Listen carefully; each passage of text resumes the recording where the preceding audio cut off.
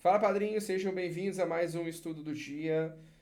Um dia bem travado, como vocês podem ver, né? O dólar movimenta muito pouco aí para cada lado, mas bem técnico, tá? Gostei, o mercado se apresentou técnico. Infelizmente não desenvolveu como eu gostaria as operações, mas foi um mercado bem tranquilo aí de operar no sentido técnico da palavra, tá? Conseguimos tirar leite de pedra hoje do mercado, tá? Eu saio com 6,5 pontos, tá? No meu dia. Um pouco mais, na verdade, que eu peguei meio ponto aqui numa outra operação, então foram 7 pontos, na verdade, tá?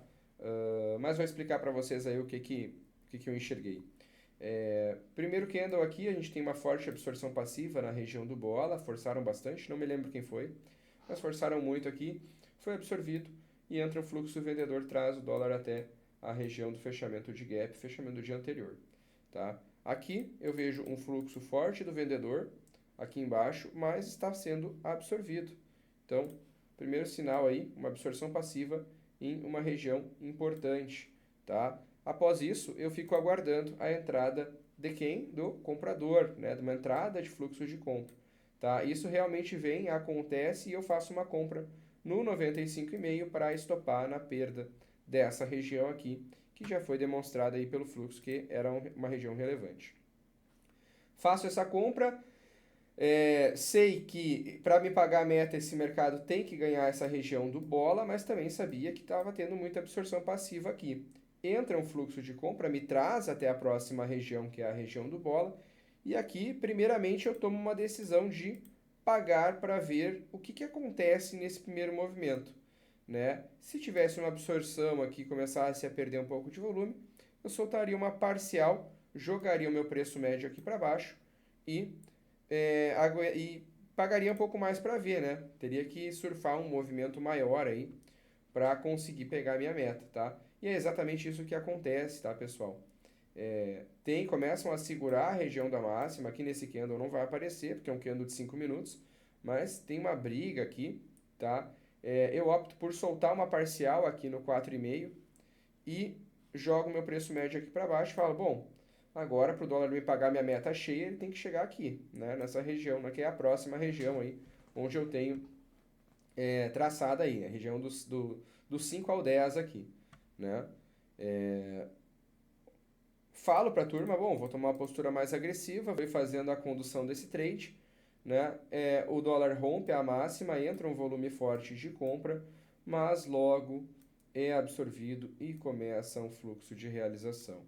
Os mesmos players que fizeram o dólar subir começam a realizar. Eu falo, cara, não estou gostando disso aí, né?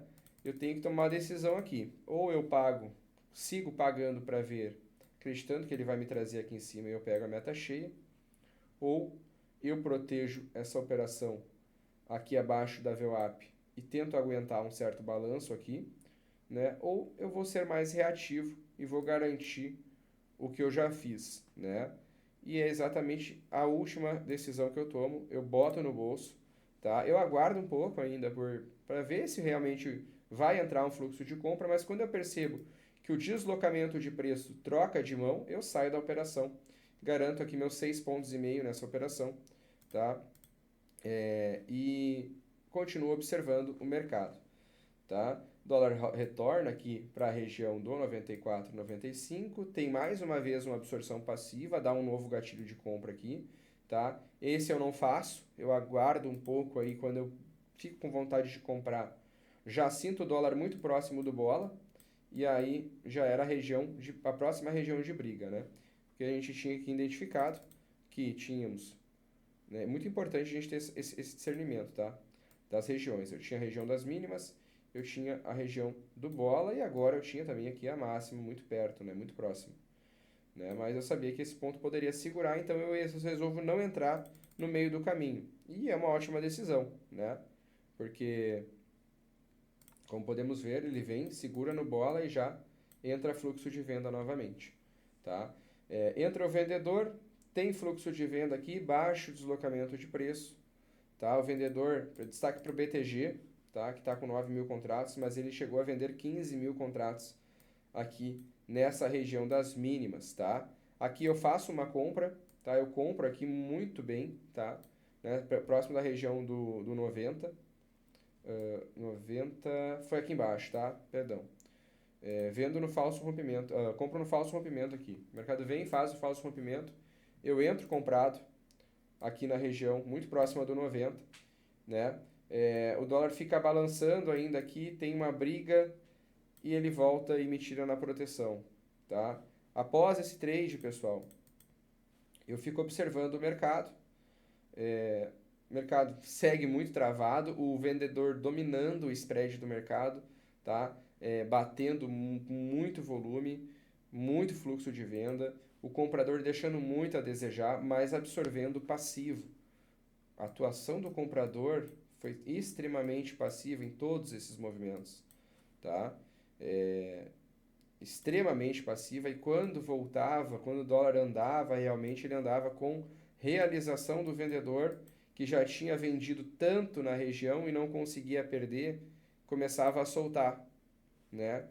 Começava a descarregar, né? Isso aconteceu muito claramente aqui nesse 88, teve muitas, muitas e muitas boletadas de venda aqui e o dólar simplesmente travou. Tinha alguém segurando passivo aqui com ordem iceberg e com HFT aqui, tá?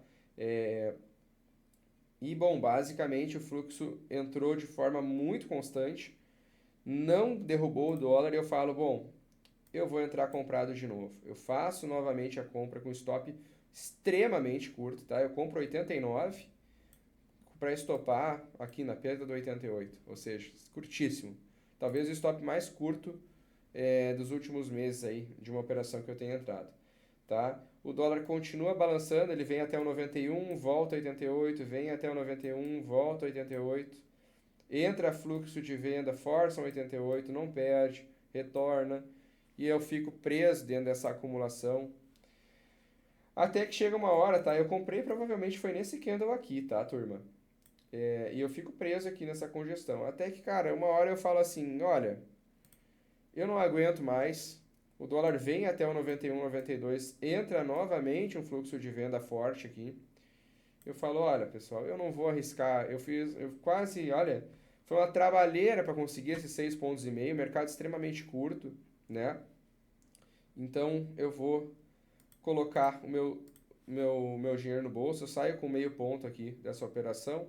Foi eu sair da operação, o dólar veio testar aqui a região do 98, tá? O pessoal da sala, a grande maioria ficou nessa operação, tá? Alguns não tinham pego aí o primeiro movimento de compra, então pagaram um pouco mais para ver e conseguiram aí pegar alguns pontos aqui nessa operação também, tá? Padrinho, por que tu não atuou na venda?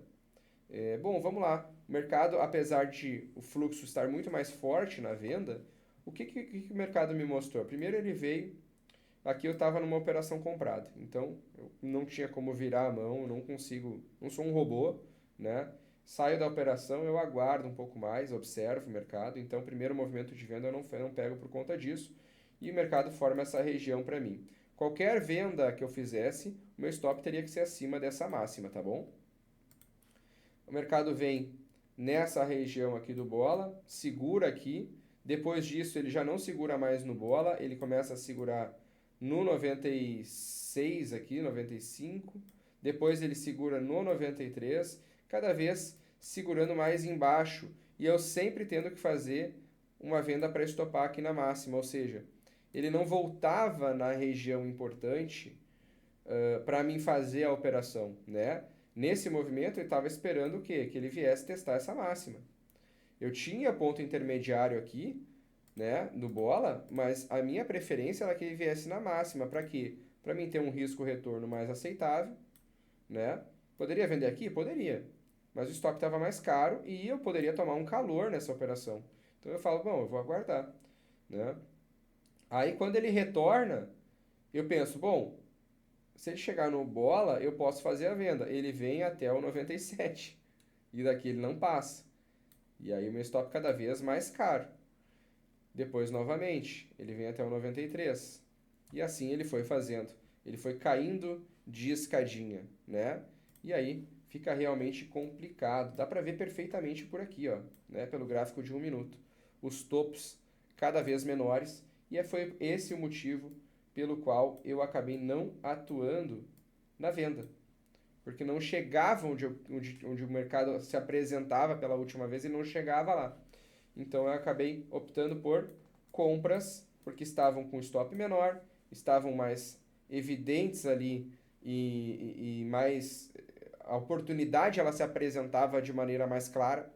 Então foi aí que eu atuei, mas o comprador realmente deixando muito a desejar no dia de hoje. E como vocês podem ver aqui no Times and Trades, o vendedor com muito mais volume, tá? Mas mesmo assim, conseguimos tirar a leite de pedra aí do mercado, escalpear um pouquinho e pegar aí praticamente a meta, né? 6,5 pontos, tá bem bom para mim aí para um dia travado como esse daqui. Tá? O pessoal da sala, a grande maioria também saiu aí com 6, 7 pontos. Então, bem legal aí o dia de hoje, apesar de bem travado, tá? E é isso, turma. Por enquanto o mercado segue na mesma e amanhã estaremos de volta aí com os nossos estudos, beleza? Amanhã é dia mundial do game, se Deus quiser, né? Vamos sair aí com a metinha e que o mercado se mantenha técnico como está se mantendo aí nos últimos dias, beleza? Um abraço aí para vocês, tamo junto e até amanhã.